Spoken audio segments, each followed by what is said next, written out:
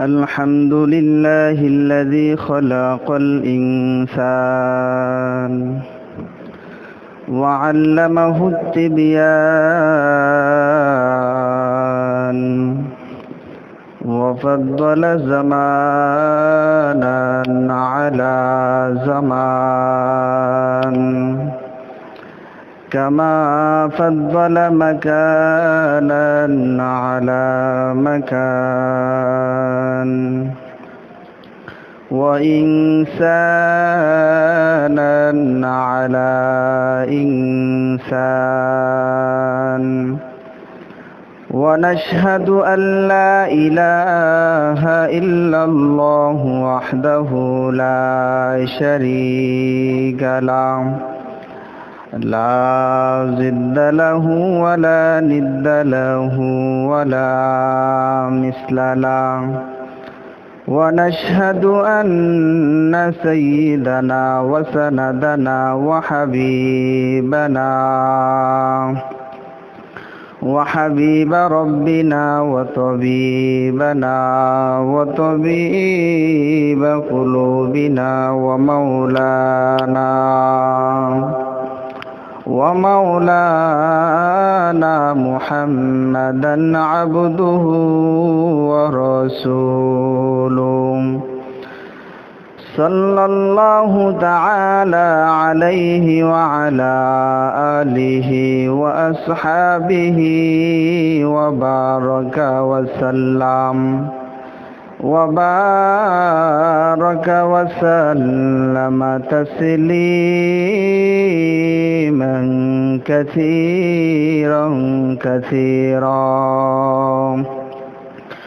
الذي أرسله الله تعالى بالحق بشيرا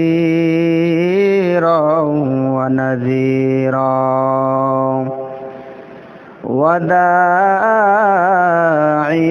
إلى الله بإذنه وسراجا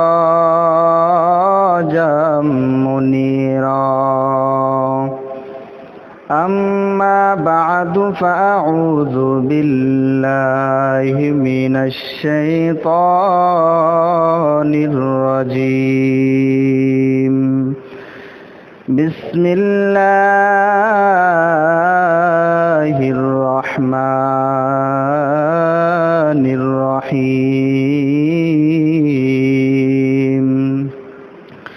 وقرن في بيوتكن ولا تبرجن تبرج الجاهلية الأولى وأقمنا الصلاة وآتينا الزكاة وأطعنا الله ورسوله وقال رسول الله صلى الله عليه وسلم جعلت هرة عينه الصلاة أو كما قال النبي عليه الصلاة والسلام আমরা সকলে দুরূদ শরীফ পড়ি আল্লাহুম্মা সাল্লি আলা মুহাম্মাদিন ওয়া আলা আলি মুহাম্মাদ كما صليت على إبراهيم وعلى آل إبراهيم إنك حميد مجيد اللهم بارك على محمد وعلى آل محمد كما باركت على إبراهيم وعلى آل إبراهيم إنك حميد مجيد بلغ العلا بكماله كشف التجى بجماله حسنت جميع خصاله صلوا عليه وآله আলহামদুলিল্লাহ। মহান আল্লাহ পাকের দরবারে লাখো কোটি শুকর ও সুজুদ, যে মহান রব্বুল আলামিন আমাদেরকে দয়া করে মায়া করে ভালোবেসে আল্লাহ পাক রব্বুল আলামিন আজকে তালিমের মাহফিলে আসার বসার তৌফিক দান করেছেন। এই জন্য আমরা সকলেই বলি আলহামদুলিল্লাহ। আরও শুকরিয়া যে মহান রব্বুল আলামিন আমাদেরকে সুস্থ রেখে ভালো রেখে আমাদেরকে গুনার কাজ থেকে যাচাই করে বাছাই করে এই পবিত্র রমজান মাসে আল্লাহ পাক রব্বুল আলামিন আমাদের সবাইকে একত্রিত করেছেন। আমরা সকলে আরেকবার বলি আলহামদুলিল্লাহ। আল্লাহ পাক রব্বুল আলামিন বলেন, লা ইন শাকারতুম লা আযীদান্নাকুম ওয়া লা ইন কাফারতুম ইন্না আযাবি লাশাদীদ। আল্লাহ পাক রব্বুল আলামিন বলেন যে যেই বান্দা আমার নেয়ামত পাইয়া নেয়ামত খাইয়া শুকরিয়া আদায় করবে, আমি আল্লাহ তাআলা তার নেয়ামত বাড়াই দিই। বলেন সুবহানাল্লাহ। যে এরপর আল্লাহ পাক রব্বুল আলামিন বলেন, আর যে বান্দা আমার নেয়ামত পাইয়া নেয়ামত খাইয়া শুকরিয়া আদায় করব না, আমি আল্লাহ তাআলা তার নেয়ামত ছিনিয়ে নিয়ে যাব এবং তার জন্য একটি আযাবের ব্যবস্থা করে রেখেছি কাল হাসর মাঠে। বলেন নাউজুবিল্লাহ। আল্লাহ পাক রব্বুল আলামিন আমাদেরকে যে কতগুলা বিধান দিয়েছেন, যেমন আল্লাহ পাক রব্বুল আলামিন বলেন, বিসমিল্লাহির রহমানির রহিম, وقرن في بيوتكن ولا تبرجن تبرج الجاهلية الأولى وأقمنا الصلاة وآتينا الزكاة وأطعنا الله ورسوله। আল্লাহ পাক রব্বুল আলামিন এই আয়াতের মধ্যে বলেন, হে নারীগণ, হে মহিলাগণ, আল্লাহ পাক রব্বুল আলামিন দুনিয়ার নারীদেরকে এই আয়াতের মধ্যে 4টা বিধান বলেছেন, 4টা আদেশ করেছেন। 4টা আদেশের মধ্যে 1 নম্বর হলো পর্দা। কারণ পর্দা করা এটা হলো আল্লাহ তাআলার মূল্যবান আদেশ। পর্দা করা হলো ফরজ। যেমন পর্দা করা কেমন ফরজ, বলে দৈনিক 5 ওয়াক্ত নামাজ পড়া যে রকম ফরজ, একটা মহিলার জন্য পর্দা করা সেই রকম ফরজ। বলে রমজান একটি মাস, দুনিয়ার মুমিনদের জন্য রোজা রাখা যেমন ফরজ, বলে একজন মহিলার জন্য পর্দা করা সেই রকম ফরজ। তাহলে মা বোনেরা, আল্লাহ তাআলার এর মধ্যে 1 নম্বর বিধান হলো নারীদের জন্য পর্দা করতে বলেছেন। পর্দার মাসআলা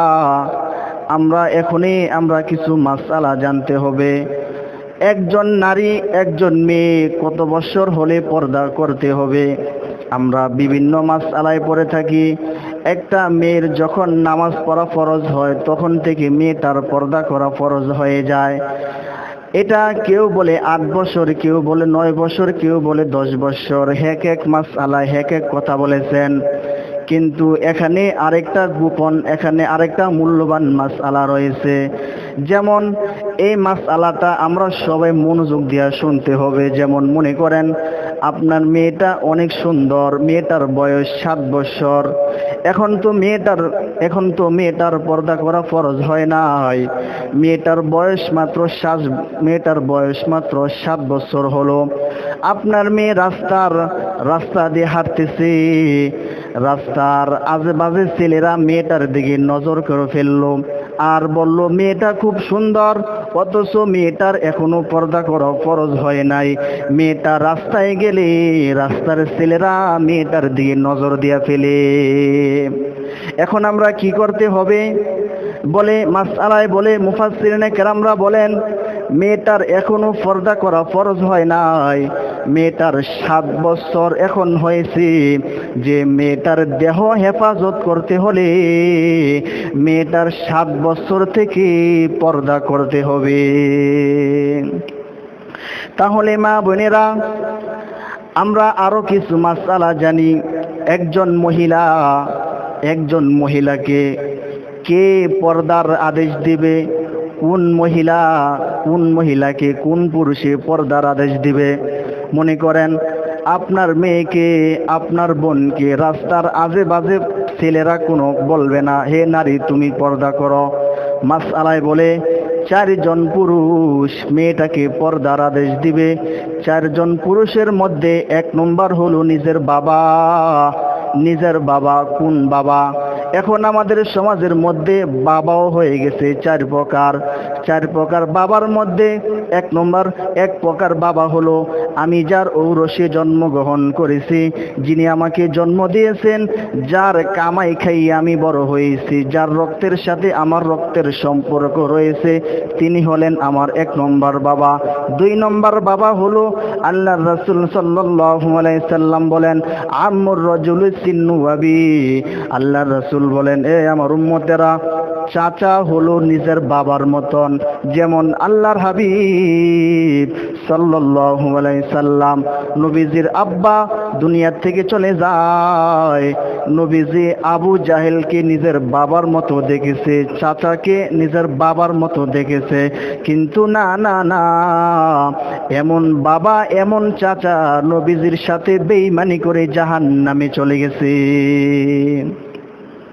তাহলে মা বোনেরা, আমরা জানলাম মেয়েটা বিবাহের আগে 2 জন পুরুষ মেয়েটাকে পর্দার আদেশ দিবে। এক প্রকার হলো নিজের বাবা, 2 প্রকার হলো নিজের বড় ভাই। বিয়ের পরে আরো 2 জন, নিজের স্বামী এবং নিজের বড় ছেলে। এই মোট 4 জন পুরুষ একটা মেয়েকে পর্দার আদেশ দিবে। ও আমার মা বোনেরা, আজকে আপনারা যারা এখানে হাজির হয়েছেন, এখানের মধ্যে অনেকে কিন্তু পর্দা করেন না। পর্দা করা কিন্তু আল্লাহ তাআলার সরাসরি বিধান, পর্দা করা ফরজ। যেমন আল্লাহর হাবিব সাল্লাল্লাহু আলাইহি সাল্লাম কেমন পর্দা করতেন? আল্লাহর হাবিব নবীজি যুদ্ধের ময়দান থেকে যুদ্ধ শেষ করে নবীজির সাহাবায়ে কেরামদেরকে নিয়ে মদিনার মধ্যে আসতেছে, মদিনার দিকে ঢুকতেছে। সমস্ত সাহাবায়ে কেরামের পিছে একজন বৃদ্ধ মহিলা মাথায় কাপড় দিয়ে পর্দার সহিত সাহাবায়ে কেরামদের পিছনে ঘুরতেছে আর গুনগুনাইয়া কাঁদতেছে। কিছু সাহাবায়ে কেরামরা বললেন, ও মা, আপনি অনেকক্ষণ ধরে পিছে কেন কাঁদতেছেন? বুঝলাম না ব্যাপারটা। সাহাবায়ে কেরামরা দৌড়ে নবীজির সামনে চলে আসলেন। আয়েশা বলে, ইয়া রাসূলুল্লাহ, ইয়া হাবিবাল্লাহ, দেখেন না একজন মহিলা মদিনার বাহিরে গুনগুনাইয়া কাঁদতেছে আর বারবার কি জানি তালাশ করতেছে, আমাদের কাছে কিছুই বলে না। নবীজি দৌড়ে গিয়ে বললেন, মা, আপনি অনেকক্ষণ ধরে মদিনার বাহিরে কেন কাঁদতেছেন? কি তালাশ করতেছেন? কি বিচারতেছেন? বুঝলাম না। মাগো মা, বলেন না কি জন্য মদিনায় আসছেন? মহিলাটা আরো জোরে কান্দে দিয়া বলে, ওগো আল্লাহর রাসূল, আপনার ভালোবাসায়, আপনার প্রেমে পড়িয়া আমার 2টা সন্তান যুদ্ধের ময়দানে আইছে। ওগো আল্লাহর রাসূল, বলেন না আমার সন্তানগুলা কোথায় আছে? আল্লাহর নবী চোখের পানি ছেড়ে দিয়া বলে, মা, আপনার 2টা সন্তান আমার ভালোবাসায় যুদ্ধের ময়দানে এসে তারা দুজনে শহীদ হয়ে গেছে গো মা। আমি আপনার সন্তানদেরকে তালাশ করে দিতে পারবো না গো মা। মহিলাটা কাঁদতেছে, কিন্তু মহিলাটার ভিতরে কেমন ভয়। মহিলাটা এত কাঁদার পরেও, সন্তান হারার পরেও মুখের থেকে কাপড় সরায় না, হাতের তালুও দেখায় না, মহিলাটার দেহ কিছুই দেখায় না। সাহাবায়ে কেরামরা বললেন, ও মা, আপনার সন্তান শহীদ হয়ে গেছে, আপনি অজোড়া কাঁদতেছেন, আপনার চেহারাটাও দেখলাম না, আপনি এমনটা কেন করতেছেন? মহিলাটা বললেও, ও সাহাবাই কেরামরা, আমার সন্তান হারাইছি তো আমার কি হয়েছে? আমার কোনো আসে যায় না, আমি যে আল্লাহ তাআলার বিধান, আমার সন্তান হারাইছি তাতে আমার কোনো দুঃখ নাই, তাতে আমার কোনো ব্যথা নাই। আমার ব্যথা হলো, আমার ভয় হলো, আমি পুরুষদের সামনে আমার পর্দা খুলতে পারবো না। বলেন সুবহানাল্লাহ।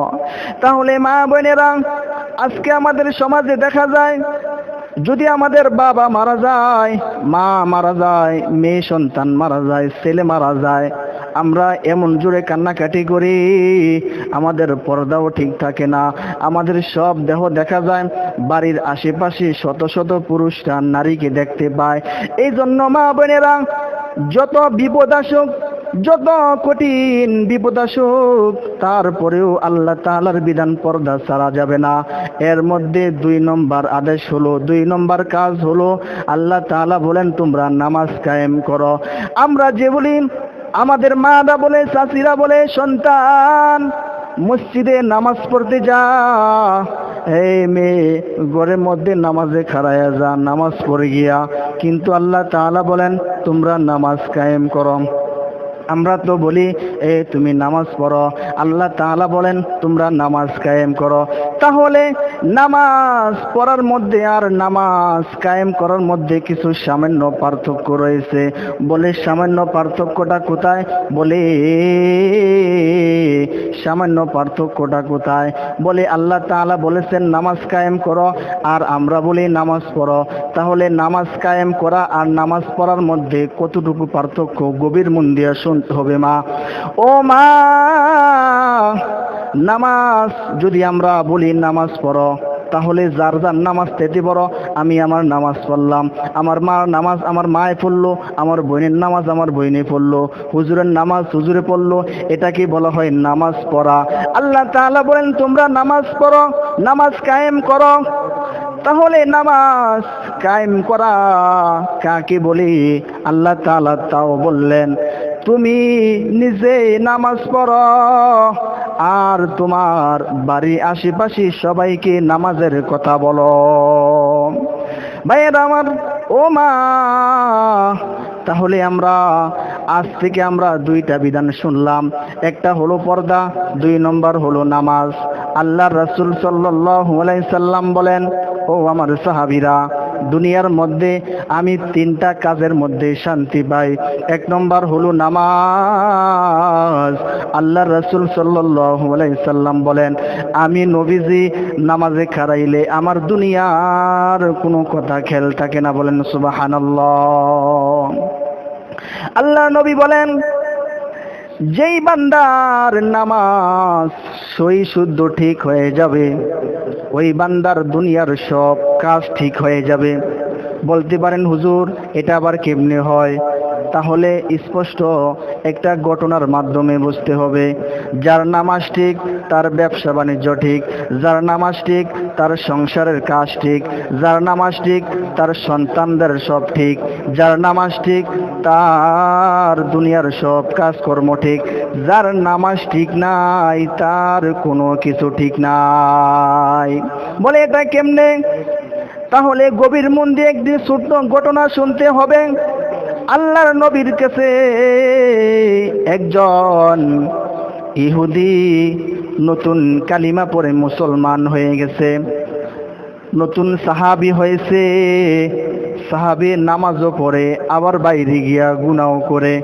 অন্যান্য সাহাবায়ে কেরামরা বললেন, ইয়া রাসূলুল্লাহ, ইয়া হাবিবাল্লাহ, আপনার সাহাবী নতুন সাহাবী হয়েছে, নামাজও আপনার পিছনে নামাজ পড়ছে, আবার বাইরে গিয়া গুনাহ করছে, বুঝলাম না সে কেমন নামাজ পড়লো। নবীজি কিছুই বললেন না, নবীজি চুপ রইলেন। আবার আরেকদিন সাহাবায়ে কেরামরা নবীজির কাছে এসে বললেন, ও আল্লাহর রাসূল, দেখেন না সাহাবী আপনার পিছনে নামাজ পড়ছে, আবার বাইরে গিয়া গুনাহ করছে, বুঝলাম না সে কেমন নামাজ পড়লো।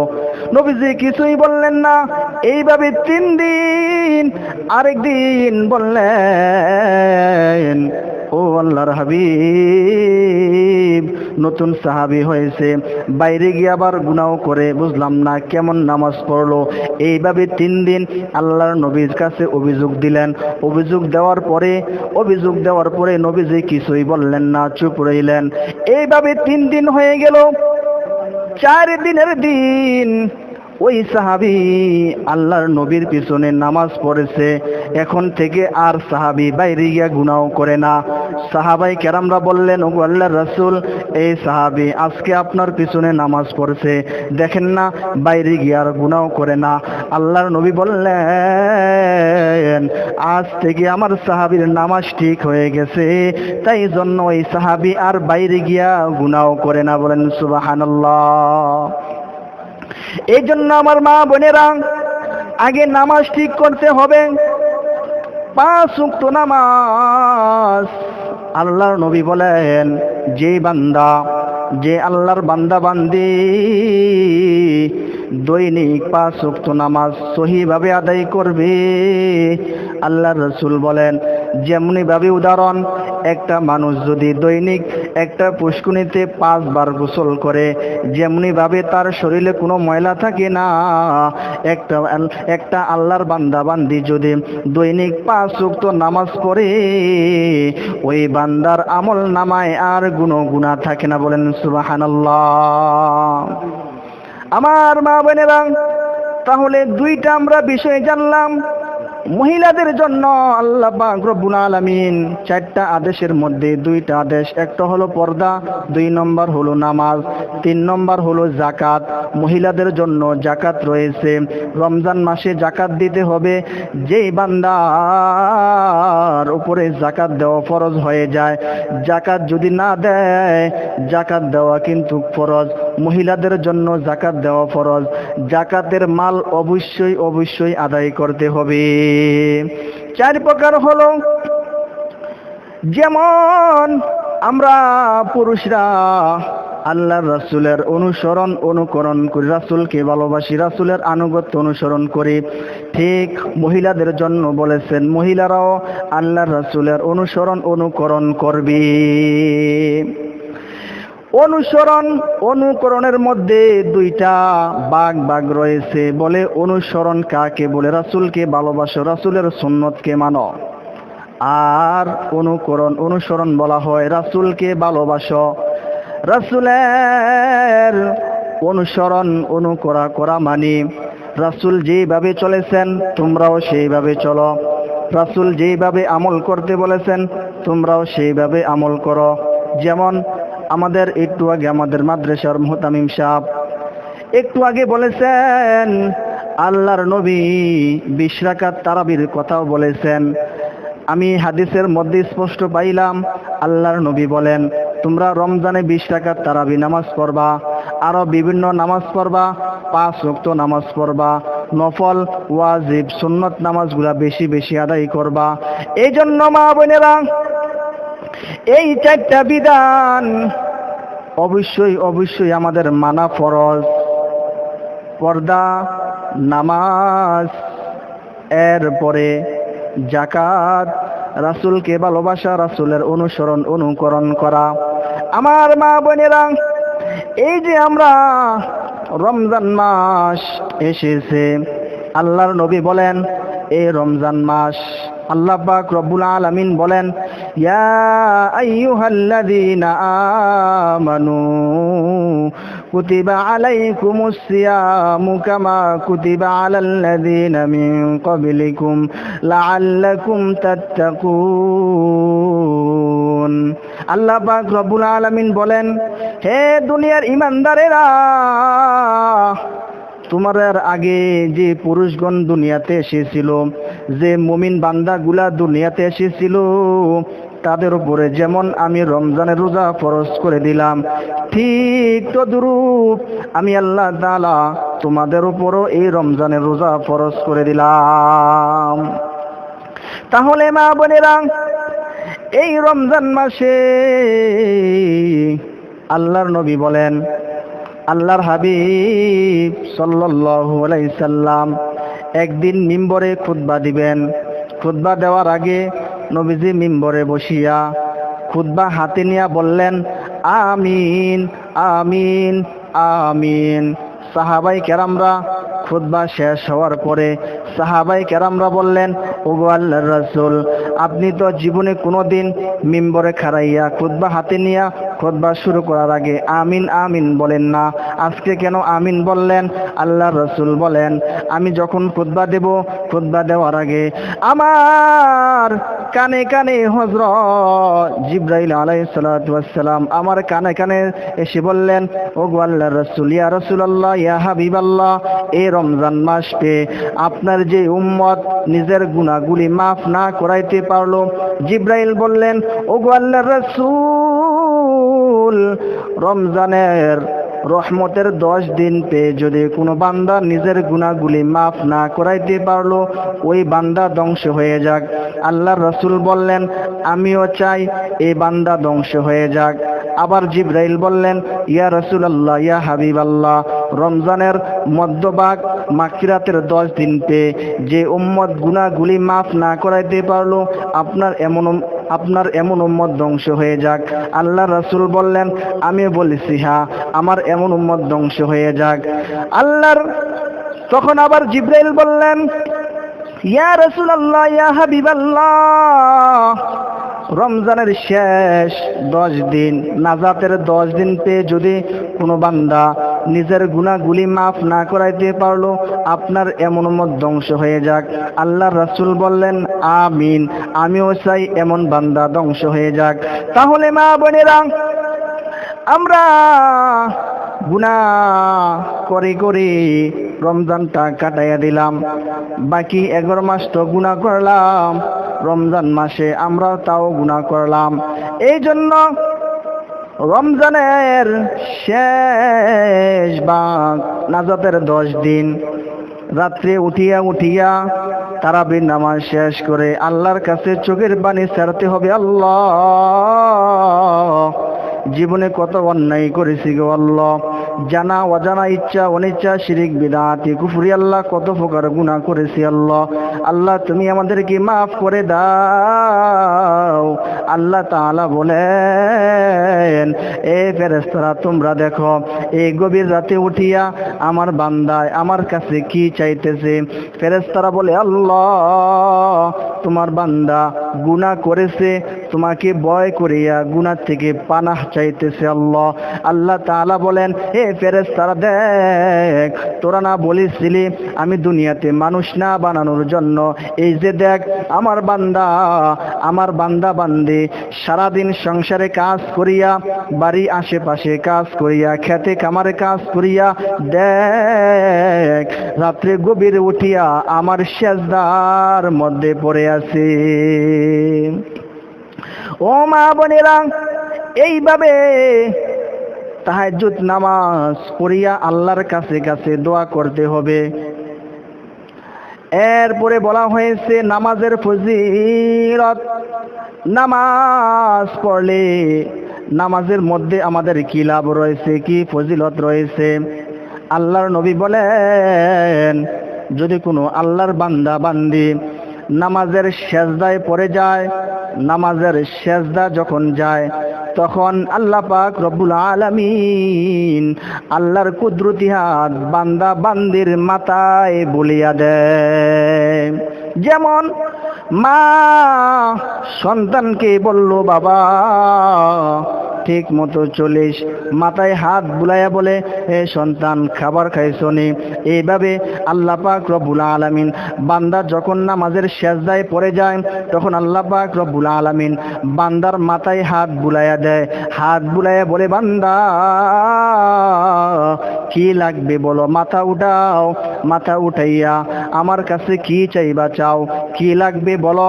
বান্দা তখন নামাজের বৈঠকে বসিয়া বলে, আত্তাহিয়াতু লিল্লাহি ওয়াস সালাওয়াতু ওয়াত তাইয়্যিবাত। এইভাবে বান্দা নামাজের বৈঠকে বসিয়া তাশাহুদ পড়লো।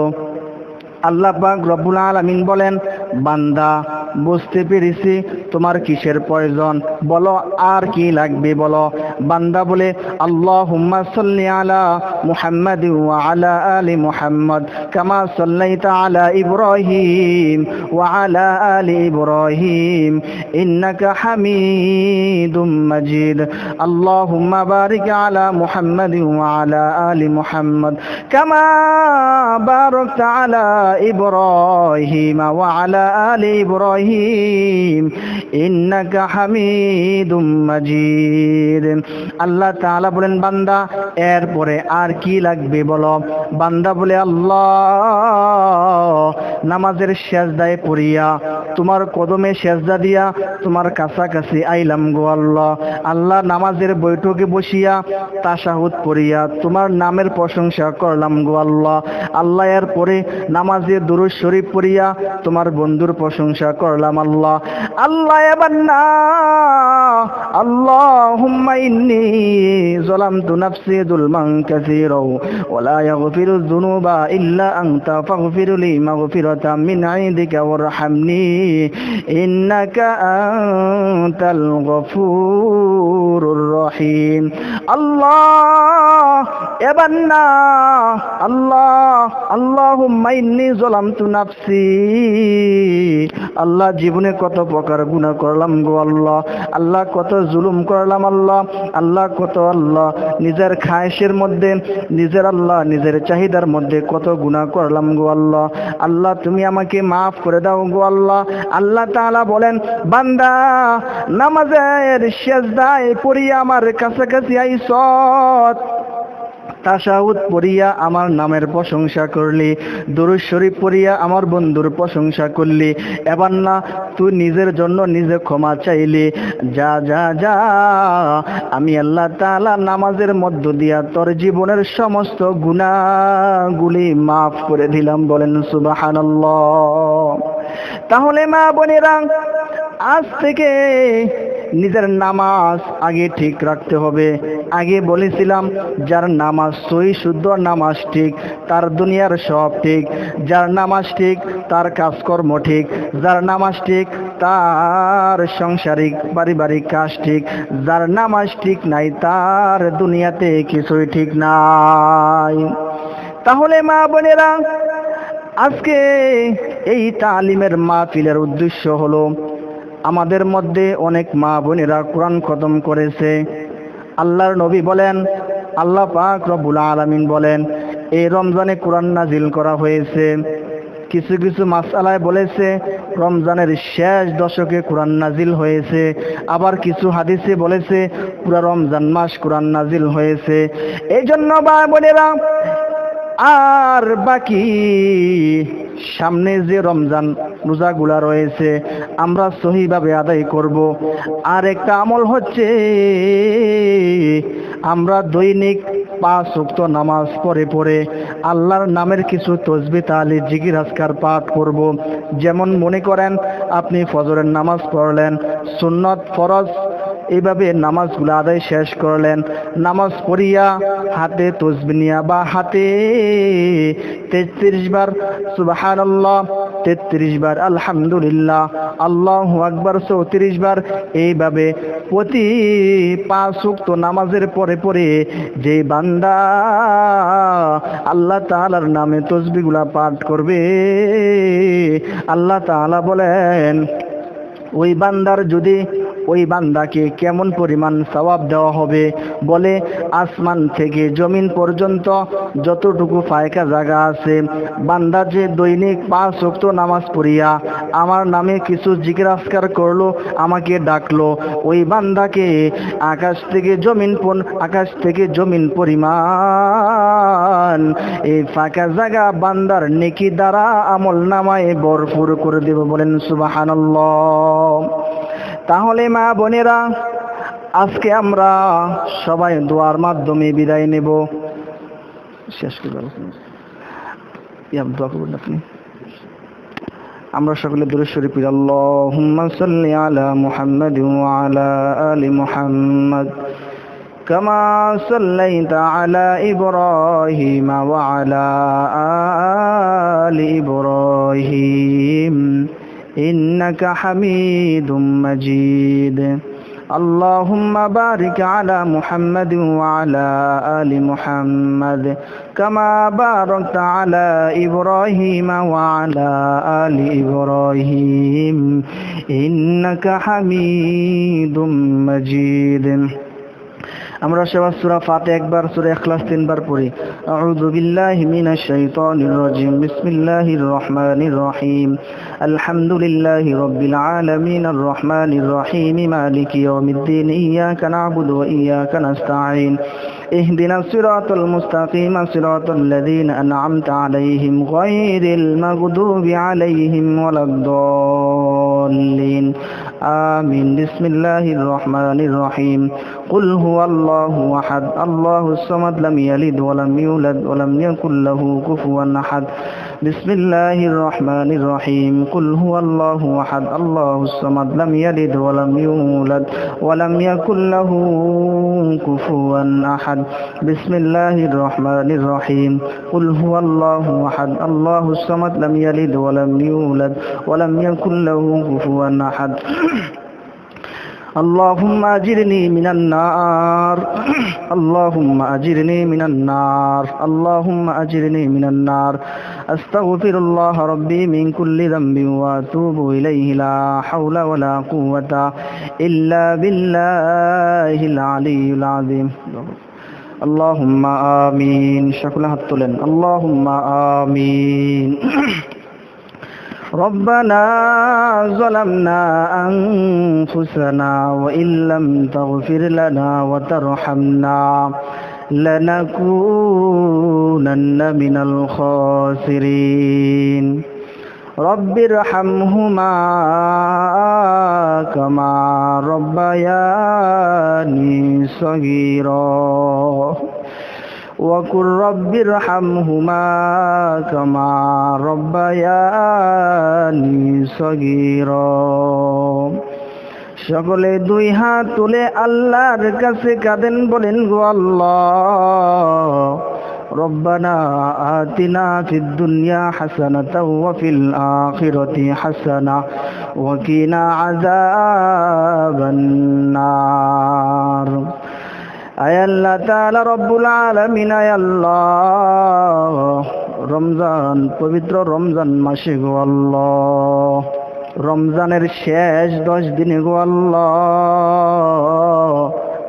নাজাতের 10 দিনে গো আল্লাহ আল্লাহ আমি গুনাহগার আল্লাহ বৃদ্ধ বাবাকে নিয়া আল্লাহ কত মা বোনদেরকে নিয়া হাত বাড়াইছে গো আল্লাহ আল্লাহ এই পর্যন্ত যা কিছু আলোচনা হয়েছে আল্লাহ যা কিছু পাঠ করা হয়েছে আল্লাহ ভুল ত্রুটি ক্ষমা করে দাও বাকি সওয়াবটুকু লক্ষ কোটি গুণ বাড়াইয়া নবী পাকের রওজার মধ্যে পৌঁছাইয়া দাও আয় আল্লাহ পাহাড় পরিমাণ গুনার পূজা মাথায় নিয়ে তোমার দরবারে হাত বাড়াইছি গো আল্লাহ আল্লাহ এত গুনাহ করার পর আল্লাহ তুমি গুনাহগুলা গোপন রেখেছো আল্লাহ আবার গোপনে আমাদের সবার গুনাহগুলি মাফ করে দাও গো আল্লাহ আল্লাহ আমাদের বাপ মা ভাই বোন সারা বিশ্বের মুসলমানদেরকে মাফ করে দাও গো আল্লাহ আল্লাহ আমাদের মধ্যে কত আল্লাহ কার জানি মা নাই কার জানি বাবা নাই কার জানি স্বামী নাই কার জানি ভাই নাই কার জানি বই নাই আল্লাহ আল্লাহ সবাই তো সবার বাপ মার জন্য দুটা হাত বাড়াইছে গো আল্লাহ আল্লাহ যাদের বাপ মা কবরে চলে গেছে আল্লাহ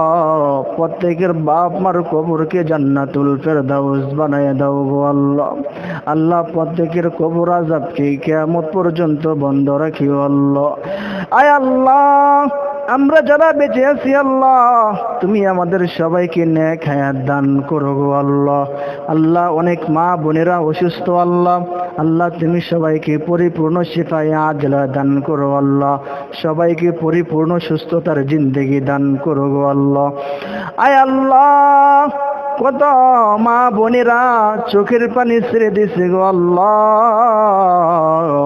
রমজান একটি মাস, আল্লাহ সবাই তো কোরআন খতম করেছে আল্লাহ। কোরআন খতম করি আল্লাহ তোমার দরবারে হাত বাড়াইছে গো আল্লাহ। আল্লাহ কিছু আমল নাই, একটা কোরআন খতম, দুইটা কোরআন খতমের উসিলা নিয়ে তোমার দরবারে হাত বাড়াইছে গো আল্লাহ। এই কোরআন খতম পড়তে গিয়ে আল্লাহ যদি কোনো ভুল বেয়াদবি হয়ে যায় গো আল্লাহ, আল্লাহ তুমি সবাইকে মাফ করে দাও গো আল্লাহ। আয় আল্লাহ, এই কোরআন খতমের উসিলা করি আল্লাহ তুমি আমাদের সবাইকে মাফ করে দাও গো আল্লাহ। আল্লাহ কি নিয়ে কবরে যাব গো আল্লাহ। আল্লাহ আল্লাহ দিনের বেলা কবরে যাইতে অনেক ভয় লাগে গো আল্লাহ। রাত্রি অন্ধকারে কবরের মধ্যে একা একা কেমনে শুয়ে থাকবো গো আল্লাহ।